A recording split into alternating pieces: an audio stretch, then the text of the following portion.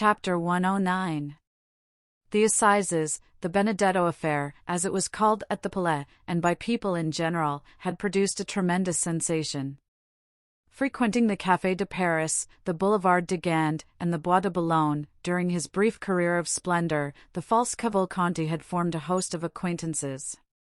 The papers had related his various adventures, both as the man of fashion and the galley slave, and as everyone who had been personally acquainted with Prince Andrea Cavalcanti experienced a lively curiosity in his fate. They all determined to spare no trouble in endeavoring to witness the trial of M. Benedetto for the murder of his comrade in chains. In the eyes of many, Benedetto appeared, if not a victim to, at least an instance of, the fallibility of the law. M. Cavalcanti, his father, had been seen in Paris, and it was expected that he would reappear to claim the illustrious outcast. Many, also, who were not aware of the circumstances attending his withdrawal from Paris, were struck with the worthy appearance, the gentlemanly bearing, and the knowledge of the world displayed by the old patrician, who certainly played the nobleman very well, so long as he said nothing, and made no arithmetical calculations. As for the accused himself, many remembered him as being so amiable, so handsome, and so liberal, that they chose to think him the victim of some conspiracy, since in this world large fortunes frequently excite the malevolence and jealousy of some unknown enemy. Everyone, therefore, ran to the court, some to witness the sight, others to comment upon it. From 7 o'clock in the morning a crowd was stationed at the iron gates, and an hour before the trial commenced the hall was full of the privileged. Before the entrance of the magistrates, and indeed frequently afterwards, a court of justice, on days when some especial trial is to take place, resembles a drawing-room where many persons recognize each other and converse if they can do so without losing their seats, or, if they are separated by too great a number of lawyers, communicate by signs. It was one of the magnificent autumn days which make amends for a short summer. The clouds which M. de Villefort had perceived at sunrise had all disappeared as if by magic, and one of the softest and most brilliant days of September shone forth in all its splendor. Beauchamp, one of the kings of the press, and therefore claiming the right of a throne everywhere, was eyeing everybody through his monocle. He perceived Châteaurenaud and Debray, who had just gained the good graces of a sergeant-at-arms, and who had persuaded the latter to let them stand before, instead of behind him, as they ought to have done. The worthy sergeant had recognized the minister's secretary and the millionaire, and, by way of paying extra attention to his noble neighbors, promised to keep their places while they paid a visit to Beauchamp. "Well," said Beauchamp, "we shall see our friend." "Yes, indeed," replied Debray. "That worthy prince. Deuce take those Italian princes." A man, too, who could boast of Dante for a genealogist, and could reckon back to the Divina Commedia. "A nobility of the rope," said Châteaurenaud phlegmatically. "He will be condemned, will he not?" asked Debray of Beauchamp. "My dear fellow, I think we should ask you that question. You know such news much better than we do." "Did you see the president at the minister's last night?" "Yes." "What did he say?" "Something which will surprise you." "Oh, make haste and tell me, then, it is a long time since that has happened." "Well, he told me that Benedetto, who is considered a serpent of subtlety and a giant of cunning, is really but a very commonplace, silly rascal, and altogether unworthy of the experiments that will be made on his phrenological organs after his death." "Bah," said Beauchamp, "he played the prince very well." "Yes, for you who detest those unhappy princes, Beauchamp, and are always delighted to find fault with them, but not for me, who discover a gentleman by instinct, and who sent out an aristocratic family like a very bloodhound of heraldry." "Then you never believed in the principality?" "Yes, in the principality, but not in the prince." "Not so bad," said Beauchamp. "Still, I assure you, he passed very well with many people. I saw him at the ministers' houses." "Ah, yes," said Châteaurenaud. "The idea of thinking ministers understand anything about princes." "There is something in what you have just said," said Beauchamp, laughing. "But," said Debray to Beauchamp, "if I spoke to the president, you must have been with the procureur." It was an impossibility, for the last week M. de Villefort has secluded himself. "It is natural enough, this strange chain of domestic afflictions, followed by the no less strange death of his daughter, strange? What do you mean, Beauchamp? Oh, yes, do you pretend that all this has been unobserved at the minister's? Said Beauchamp, placing his eyeglass in his eye, where he tried to make it remain. My dear sir, said Châteaurenaud, allow me to tell you that you do not understand that maneuver with the eyeglass half so well as Debray. Give him a lesson, Debray. Stay, said Beauchamp, surely I am not deceived. What is it? It is she. Whom do you mean? They said she had left. Mademoiselle Eugénie, said Châteaurenaud, has she returned? No, but her mother. Madame Danglars? Nonsense. Impossible, said Châteaurenaud, only 10 days after the flight of her daughter, and 3 days from the bankruptcy of her husband? Debray colored slightly, and followed with his eyes the direction of Beauchamp's glance. Come, he said, it is only a veiled lady, some foreign princess, perhaps the mother of Cavalcanti. But you were just speaking on a very interesting topic, Beauchamp. I? Yes, you were telling us about the extraordinary death of Valentine.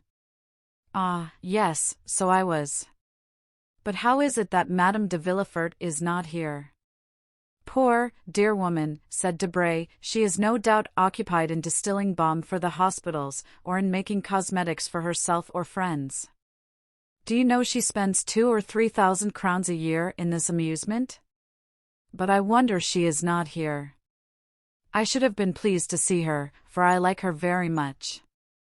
And I hate her, said Châteaurenaud. Why? I do not know. Why do we love? Why do we hate? I detest her, from antipathy. Or, rather, by instinct. Perhaps so. But to return to what you were saying, Beauchamp. Well, do you know why they die so multitudinously at M. de Villefort's? Multitudinously is good, said Châteaurenaud. My good fellow, you'll find the word in Saint Simon. But the thing itself is at M. de Villefort's, but let's get back to the subject. Talking of that, said Debray, Madame was making inquiries about that house, which for the last 3 months has been hung with black. Who is Madame? Asked Châteaurenaud. The minister's wife, pardieu. Oh, your pardon. I never visit ministers, I leave that to the princes. Really, you were only before sparkling, but now you are brilliant, take compassion on us, or, like Jupiter, you will wither us up. I will not speak again, said Châteaurenaud, pray have compassion upon me, and do not take up every word I say. Come, let us endeavor to get to the end of our story, Beauchamp. I told you that yesterday Madame made inquiries of me upon the subject, enlighten me, and I will then communicate my information to her. Well, gentlemen, the reason people die so multitudinously, I like the word, at M. de Villefort's is that there is an assassin in the house. The 2 young men shuddered, for the same idea had more than once occurred to them. And who is the assassin? They asked together. Young Edward. A burst of laughter from the auditors did not in the least disconcert the speaker, who continued, Yes, gentlemen, Edward, the infant phenomenon, who is quite an adept in the art of killing. You are jesting. Not at all. I yesterday engaged a servant, who had just left M. de Villefort. I intend sending him away tomorrow, for he eats so enormously, to make up for the fast imposed upon him by his terror in that house. Well, now listen. We are listening. It appears the dear child has obtained possession of a bottle containing some drug, which he every now and then uses against those who have displeased him. First, M. and Madame de Saint-Méran incurred his displeasure, so he poured out 3 drops of his elixir. 3 drops were sufficient. Then followed Barrois, the old servant of M. Noirtier, who sometimes rebuffed this little wretch. He therefore received the same quantity of the elixir. The same happened to Valentine, of whom he was jealous. He gave her the same dose as the others, and all was over for her as well as the rest. Why, what nonsense are you telling us? Said Châteaurenaud. Yes, it is an extraordinary story, said Beauchamp, is it not? It is absurd, said Debray. Ah, said Beauchamp, you doubt me? Well, you can ask my servant, or rather him who will no longer be my servant tomorrow. It was the talk of the house. And this elixir, where is it? What is it? The child conceals it. But where did he find it? In his mother's laboratory. Does his mother, then, keep poisons in her laboratory? How can I tell? You are questioning me like a king's attorney. I only repeat what I have been told, and like my informant I can do no more. The poor devil would eat nothing, from fear.